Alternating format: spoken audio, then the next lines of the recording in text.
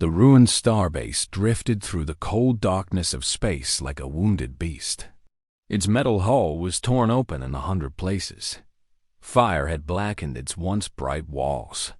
The Great War between the Kethrani Empire and the Vox Collective had ended 6 months ago, but the destruction remained. Station Omega-7 floated near the border of both territories, a reminder of the terrible cost of conflict. No one wanted to claim it. The Kethrani said it was too damaged to repair. The Vox said the same. Both species had lost thousands of soldiers fighting over this place, and now neither could bear to look at it. So they left it there, a ghost in the void, waiting for nothing. That was when the humans arrived. Captain Marcus Webb stood on the bridge of the cargo vessel Endeavour and looked at the broken station through his viewport. His crew of 47 humans had traveled 3 weeks to reach this place. Most species thought they were crazy. Some thought they were stupid. The Kethrani ambassador had actually laughed when Marcus requested permission to salvage the station. "Take it," the ambassador had said, still chuckling. "We have no use for twisted metal and bad memories." The Vox had been less amused, but equally dismissive. Their representative, a tall being with silver scales and 4 arms, had simply waved one hand and said, "Do what you wish." "It is garbage now." Marcus smiled as he remembered those conversations. He had learned long ago that other species often underestimated humans. They saw a young race, barely 300 years into space travel. They saw soft bodies without natural armor or weapons. They saw small numbers compared to the great empires that controlled the galaxy. What they did not see was what made humans different. "All right, people," Marcus said to his crew. "Let's get to work."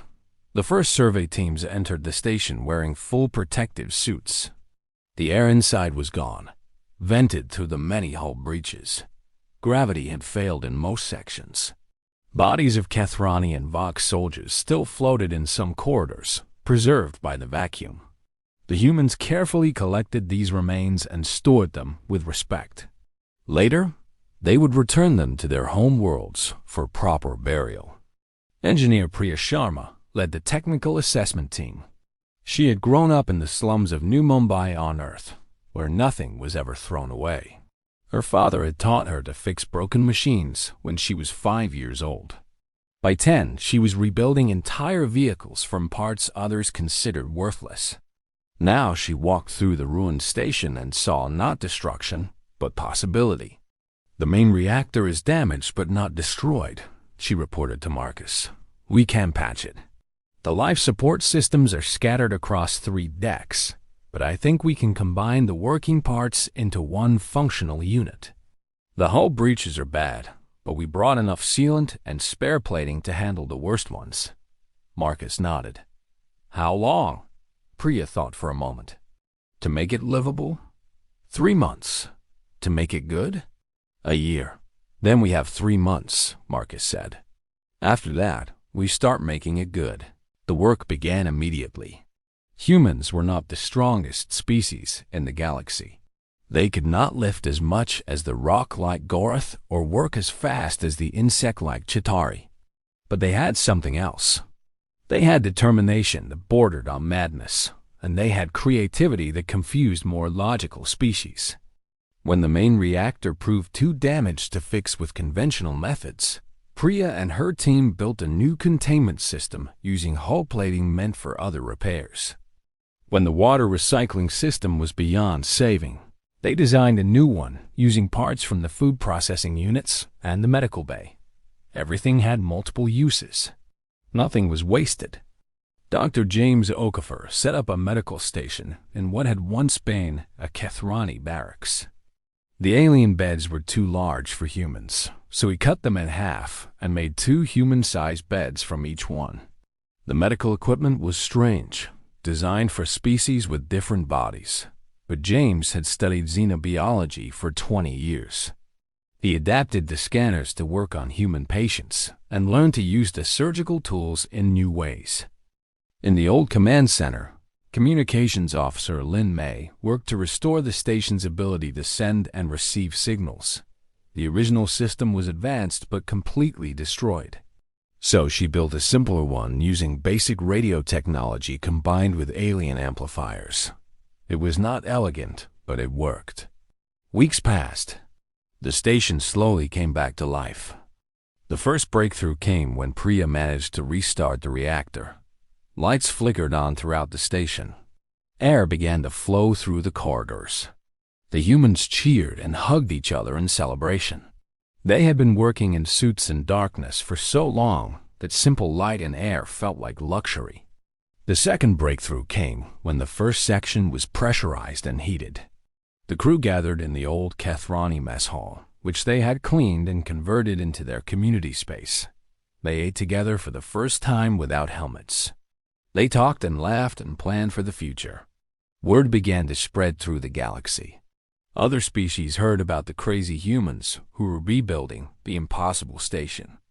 Most dismissed the reports as exaggeration.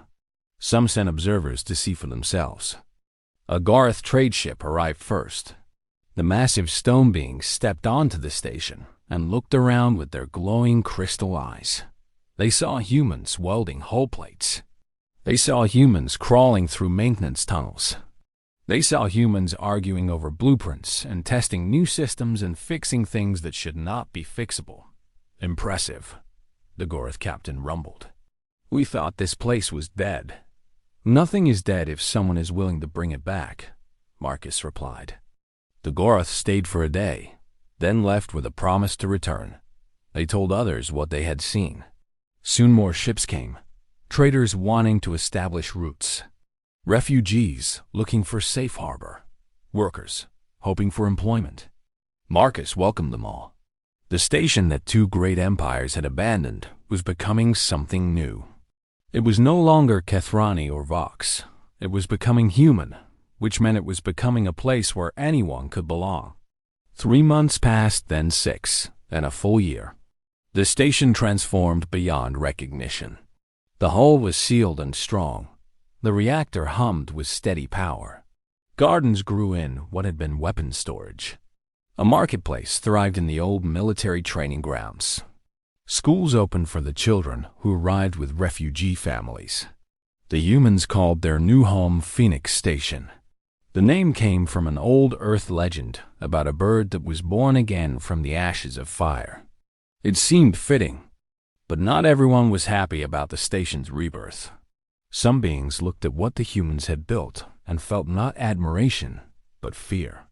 If humans could create civilization from destruction, what else could they do? What would they do next? The Kethrani Empire began to watch Phoenix Station with new interest. They had given away what they thought was garbage. Now they wondered if they had made a terrible mistake. War had created the ruins. Peace had allowed the rebuilding. But the galaxy was rarely peaceful for long, and Phoenix Station was about to face its first true test. The attack came without warning on a quiet morning when most of the station was still asleep. 3 warships dropped out of hyperspace near Phoenix Station. They were not Kethrani or Vox. Their hulls were painted black, and they flew no flags or identification signals. Pirates, operating in the lawless space between empires, had decided that Phoenix Station looked like easy prey. The pirate leader, a scarred Chitauri named Skex, had raided dozens of stations and colonies in his long career. He had never failed to take what he wanted. He looked at the former war wreck and saw a soft target.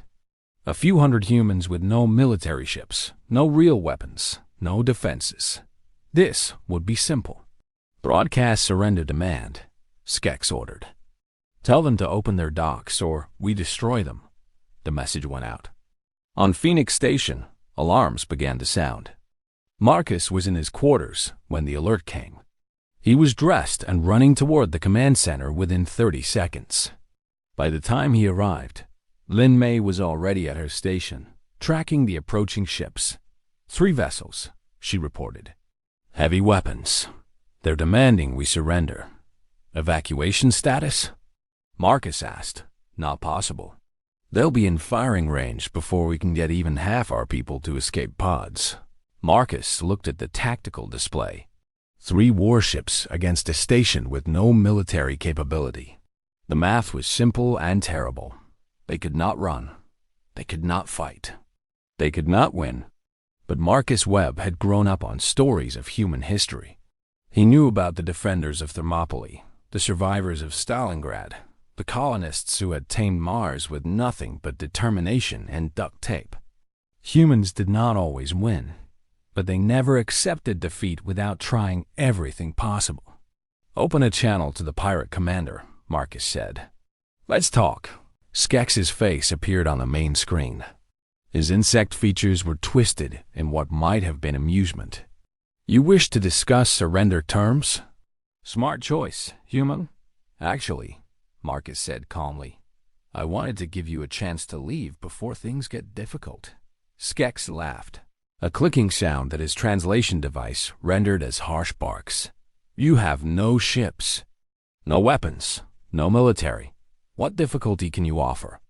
"We have something better," Marcus replied. "We have humans." The channel closed. Skex shook his head and ordered ships to move in. What happened next would become legend throughout the galaxy.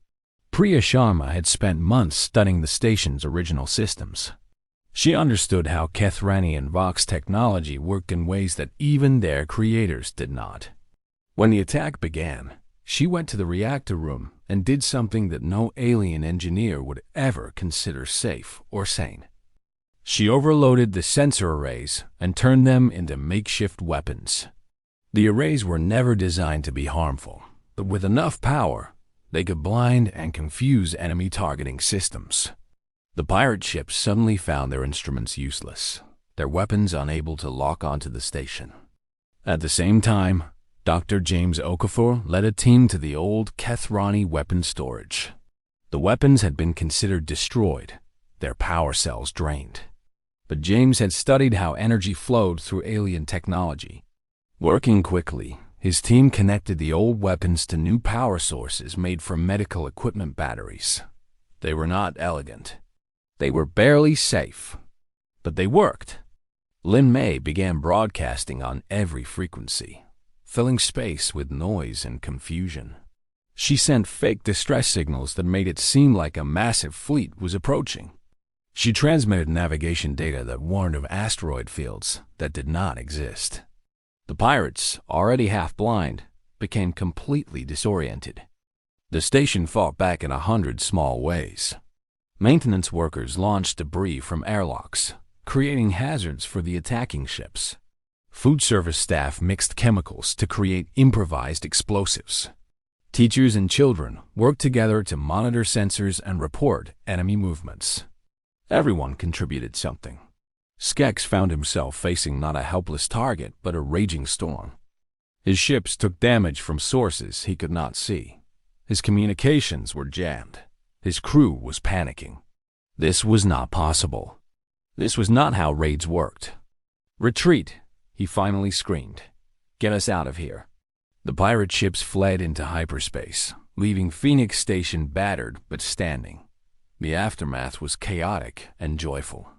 People hugged and cried and laughed. They had faced certain destruction and survived through cooperation and creativity. No single weapon or ship had saved them. Every person on the station had played a role. News of the battle spread faster than any previous story about Phoenix Station. The humans had not just rebuilt a ruin. They had defended it against superior force, using nothing but ingenuity and determination. Species across the galaxy took notice. The Kethrani ambassador, who had laughed at Marcus 1 year ago, requested a formal meeting. His tone was very different now. He spoke of trade agreements and mutual defense pacts. He spoke of respect. The Vox sent representatives as well. They wanted to understand how the humans had done what they did. How a peaceful station defeated armed warships. The answer confused them. There was no single answer. It was thousands of small answers, thousands of small actions, all working together.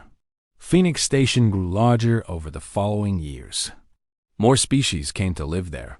More ships came to trade. The station that had been a tomb became a crossroads of civilization. It was proof that destruction did not have to be permanent. It was proof that determination could overcome any obstacle.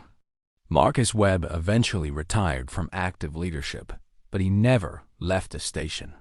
He would sometimes stand at an observation window and look out at the stars. He would remember the twisted wreck he had first seen years ago. He would remember the doubt and dismissal from other species. Now children from a dozen different worlds played in the corridors. Merchants from across the galaxy conducted business in the marketplace.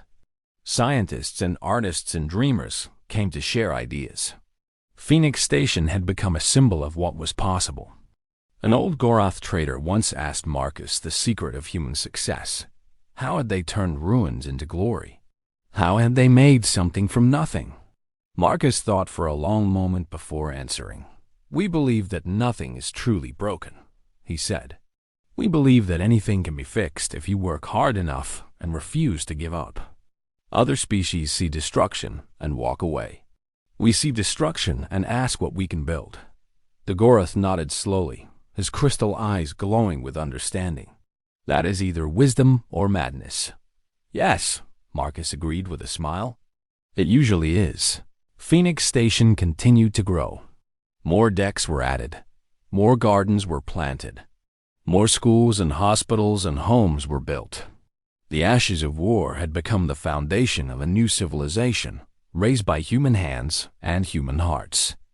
The galaxy was vast and full of wonder. But perhaps the greatest wonder was the small, determined species that refused to see any challenge as impossible. Humans had come to the stars as newcomers, as weaklings, as a joke. They had proven themselves as builders, as fighters, as friends. From the ruins of Station Omega-7, humanity had created something eternal. Phoenix Station stood as proof that the universe was not defined by what was destroyed, but by what was rebuilt from the destruction. And that, the other species finally understood, was why humans were truly worth knowing.